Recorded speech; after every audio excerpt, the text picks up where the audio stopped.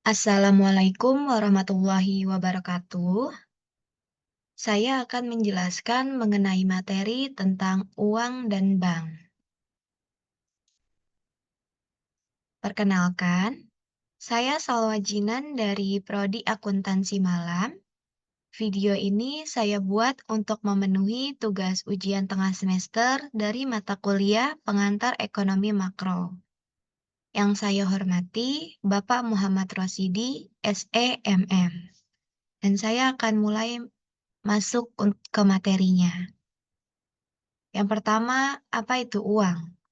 Uang merupakan sesuatu yang dapat diterima secara umum sebagai alat pembayaran yang sah dan resmi dalam kegiatan ekonomi di suatu wilayah tertentu, atau sebagai alat melakukan pembelian barang dan jasa.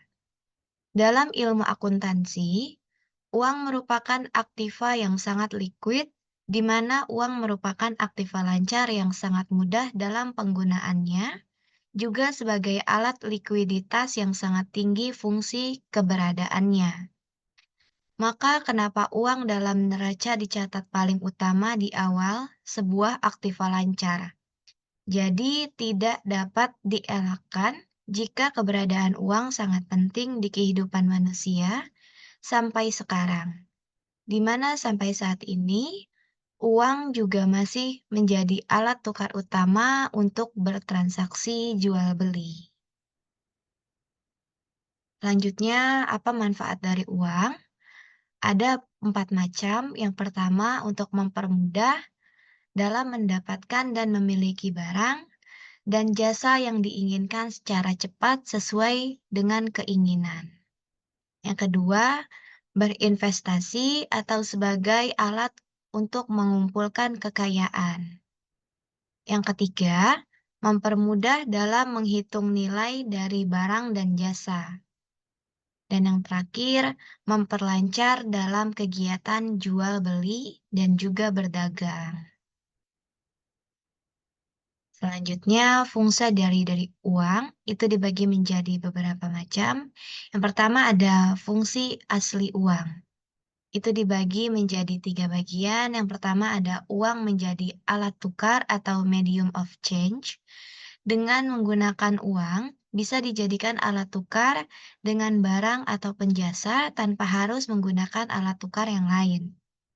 Yang kedua, uang menjadi satuan hitung atau unit of account. Uang bisa dijadikan ukuran hitung suatu transaksi hutang piutang atau ukuran jumlah kekayaan seseorang ataupun perusahaan. Yang ketiga, uang menjadi alat penyimpanan nilai atau valuta. Dalam hal ini, uang dapat digunakan untuk mengalihkan daya beli masa sekarang ke masa yang akan datang. Selanjutnya ada fungsi turunan uang.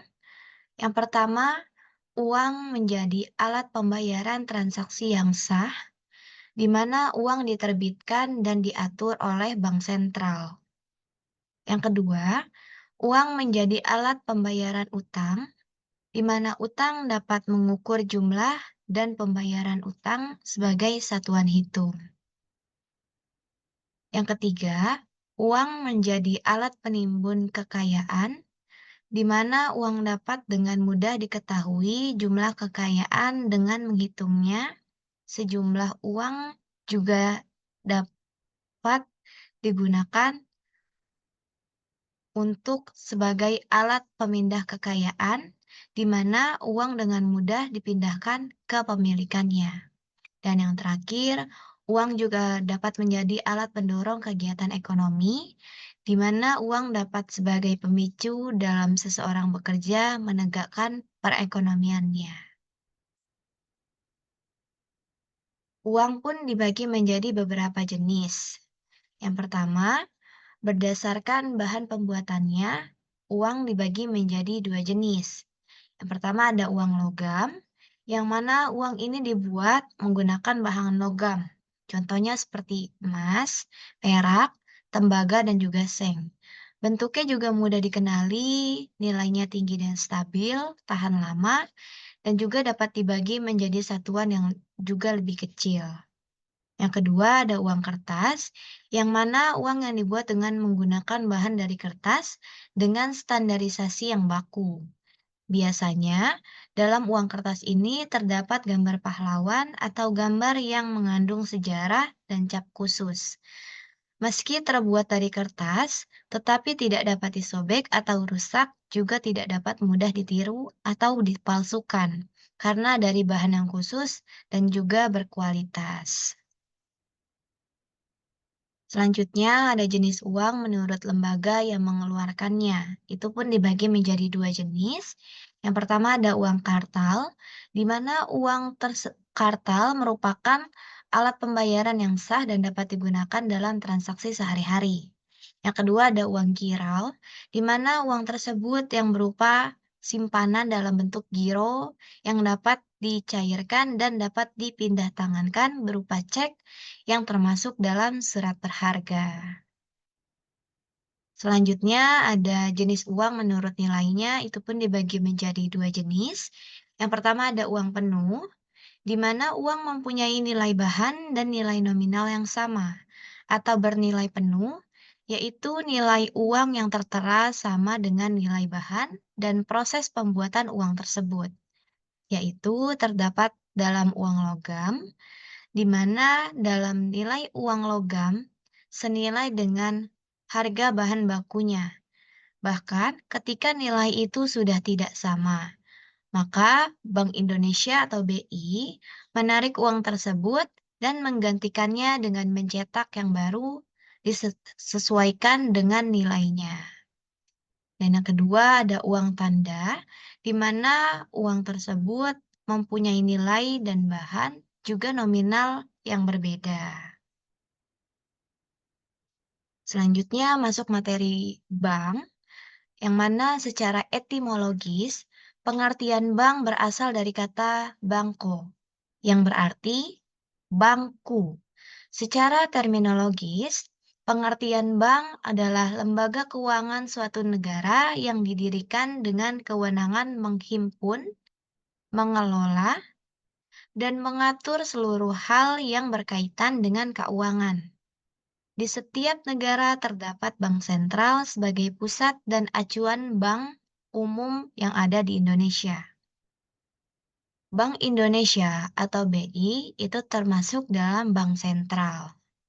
Bank Indonesia diatur oleh Undang-Undang RI Nomor 10 Tahun 1998 tentang Perbankan. Pengertian bank menurut Undang-Undang Nomor 10 Tahun 1998 tentang Perbankan yakni lembaga usaha yang mengimpun uang dari masyarakat dalam bentuk simpanan, kemudian menyalurkannya kembali kepada masyarakat berbentuk kredit atau lainnya agar taraf hidup masyarakat meningkat. Menurut Bank Indonesia sesuai dengan Undang-Undang Perbankan tahun 1992, struktur perbankan di Indonesia terdiri atas Bank Umum dan juga BPR. Perbedaan utama di antara keduanya yaitu adalah kegiatan operasionalnya. Selanjutnya, fungsi dari bank itu dibagi menjadi beberapa macam. Yang pertama ada financial intermediary, yang mana bank menjadi financial intermediary atau perantara keuangan. Sejalan dengan pengertian bank menurut Undang-Undang Nomor 10 Tahun 1998 tentang Perbankan, bank bertugas menghimpun dan menyalurkan uang dalam masyarakat melalui berbagai produk keuangan. Jadi, bank berperan sebagai tempat simpan dan juga pinjam. Selanjutnya ada agent of trust. Bank menjadi agent of trust bagi masyarakat, negara, dan pihak-pihak lain yang menggunakan jasanya. Di sini bank berfungsi sebagai tempat yang dapat dipercaya oleh masyarakat dalam menyimpan dananya sehingga aman dari kerusakan, kehilangan, kecurian. Apalagi bank sekarang sudah banyak yang bergabung dengan LPS atau lembaga penjamin simpanan, sehingga simpanan nasabah akan terjamin.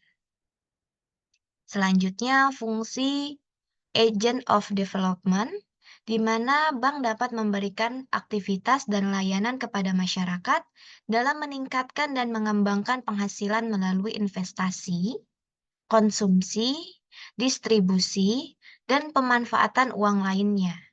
Jadi, masyarakat bisa mendapatkan keuntungan sehingga dapat mendukung perekonomian yang lebih maju. Yang keempat ada agent of service.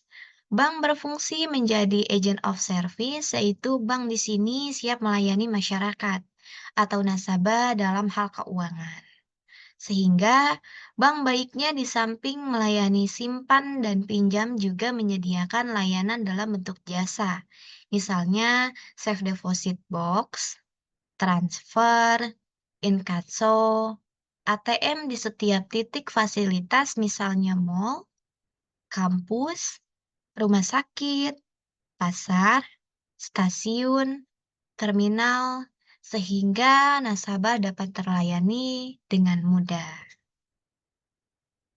Selanjutnya, jenis-jenis bank yang dibagi menjadi beberapa macam. Yang pertama ada berdasarkan fungsinya, yang mana jenis bank berdasarkan fungsinya dapat terbagi menjadi tiga bagian juga. Yang pertama ada bank sentral, bank umum, dan juga bank perkreditan rakyat. Bank Indonesia atau BI sebagai bank sentral yang merupakan bank yang bertugas dalam mengatur dan menjaga stabilitas laju perbankan juga sebagai pengawas jalannya perbankan yang ada di Indonesia. Sedangkan bank umum merupakan bank yang kegiatannya melayani masyarakat atau nasabah baik secara konvensional atau secara syariah di bawah naungan bank sentral. Sebagai contoh, yaitu ada Bank Mandiri, Bank BCA, Bank BNI, Bank Muamalat, Bank BRI, dan lainnya. Berbeda dengan Bank Perkreditan Rakyat atau biasa disebut BPR, itu tidak melayani tabungan berbentuk giro, sehingga tidak dapat melayani clearing. Juga BPR merupakan bank yang lingkupnya lebih kecil dari bank umum lainnya. BPR juga tidak melayani jual beli falas atau valuta asing, karena biasanya BPR membawahi BKK atau Bank Kredit Kecamatan. Selanjutnya, jenis bank berdasarkan kepemilikan, yang mana berdasarkan kepemilikan bank itu dibedakan menjadi ada bank pemerintah, bank swasta, bank asing, dan juga bank campuran. Bank pemerintah merupakan bank yang dimiliki dan dikelola oleh negara, baik pusat ataupun daerah. Contohnya seperti Bank Indonesia dan bank-bank daerah. Bank asing adalah bank yang kepemilikannya oleh pihak asing yang membuka cabang di dalam Indonesia. Berbeda dengan bank swasta yang dimiliki oleh pihak swasta, baik perorangan maupun juga kelompok. Sedangkan bank campuran merupakan jenis bank yang kepemilikan sahamnya itu gabungan antara swasta, asing, dan juga pemerintah. Selanjutnya ada jenis bank berdasarkan operasional yang dapat dibedakan aturan dan pelaksanaannya, yaitu dibedakan menjadi ada bank konvensional dan juga bank syariah. Secara terminologis, pengertian bank konvensional adalah bank yang menjalankan kegiatannya secara umum dengan tetap memperhatikan kebijakan bank sentral dan aturan undang-undang. Sedangkan pengertian bank syariah yaitu bank yang menjalankan kegiatan perbankan berdasarkan pada prinsip syariat agama Islam, tentunya berdasarkan ajaran Al-Quran dan juga hadis. Sehingga bank syariah itu tidak dapat menerapkan bunga, tetapi membagi keuntungan dengan bagi hasil dan tidak terdapat denda. Serta produk pinjamannya juga menjadi pembiayaan dengan akad syariah. Misalnya ada musyarakah, yaitu dengan sharing modal. Mudharabah, di mana bank sebagai pemodal dan nasabah sebagai yang menjalankan usahanya. Juga murabahah, yaitu akad jual beli dan begitu juga simpan atau tabungan yang berbentuk syariah. Selanjutnya ada jenis bank berdasarkan bentuk dan badan usahanya. Di sini bank digolongkan menjadi empat macam atau empat bagian, yang mana meliputi koperasi, perusahaan perseorangan, perseorangan terbatas, dan juga firma. Pengertian bank berbentuk koperasi adalah struktur organisasi dan pengelolaannya sesuai prinsip keanggotaan. Jadi di sana tidak terdapat istilah nasabah tetapi anggota. Begitu juga tabungan diistilahkan simpanan atau simpanan wajib, simpanan sukarela, dan juga simpanan pokok. Bank berbentuk perusahaan perseorangan, yaitu di mana bank yang dimiliki perseorang atau individu. Sementara perseroan terbatas merupakan bank yang berbadan usaha berbentuk PT, yang mana terakhir ada firma. Firma adalah badan usaha bentuk persekutuan dua orang atau lebih, di mana satu nama usahanya bersama. Sekian penjelasan dari saya, kurang lebihnya mohon maaf. Wabillahi taufiq wal hidayah. Wassalamualaikum warahmatullahi wabarakatuh.